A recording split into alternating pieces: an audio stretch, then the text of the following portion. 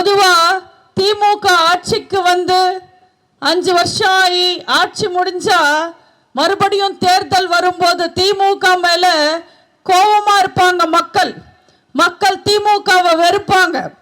ஆனா இப்போ திமுக கட்சிக்காரங்களே வெறுக்கிறாங்க. ஏன்னா திமுக கட்சிக்காரனை கூட இந்த திருட்டு திமுக காப்பாத்துறதில்ல. ஸ்டாலின் குடும்பம் நல்லா இருக்காங்க. ஸ்டாலினுக்கு ஜால்ரா அடிக்கிற அமைச்சருங்களும் அவங்களோட குடும்பமும் நல்லா இருக்காங்க.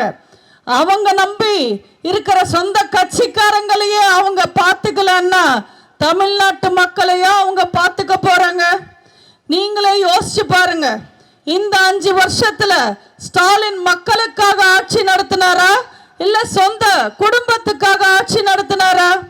நம்ம வீட்டு பிள்ளைங்க எல்லாம் நல்லா இருக்காங்களா இல்ல ஸ்டாலின் குழந்தை நல்லா இருக்காரா?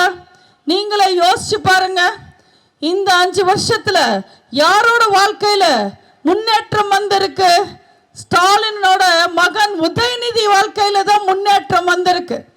அந்த பால்டாயில் போய் பிரச்சாரத்துக்கு வந்துடுவார். தேர்தல் வந்தா போதும், ஒன்னு நீட்ட ஒழிப்பேன்னு பேசுவாரு, இல்லைன்னா செங்கலை தூக்கிட்டு வருவாரு. அந்த 2 விஷயமே தமிழ்நாட்டு மக்களுக்கு பிரயோஜனம் இல்லைன்றது இப்ப மக்களுக்கு நல்லா தெரிஞ்சு போச்சு. நீட்ட ஒழிக்கிற அந்த ரகசியம் எனக்கு தெரியும்னு சொன்னார் உதயநிதி. ஆனா நீட்ட ரத்து பண்ணாங்களா திமுக?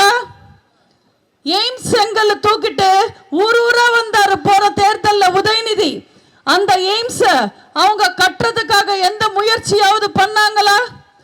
இப்படி பிரயோஜனம் இல்லாத விஷயங்களை பேசி மக்களை ஏமாத்தி ஆட்சிக்கு வருவாங்க திமுக.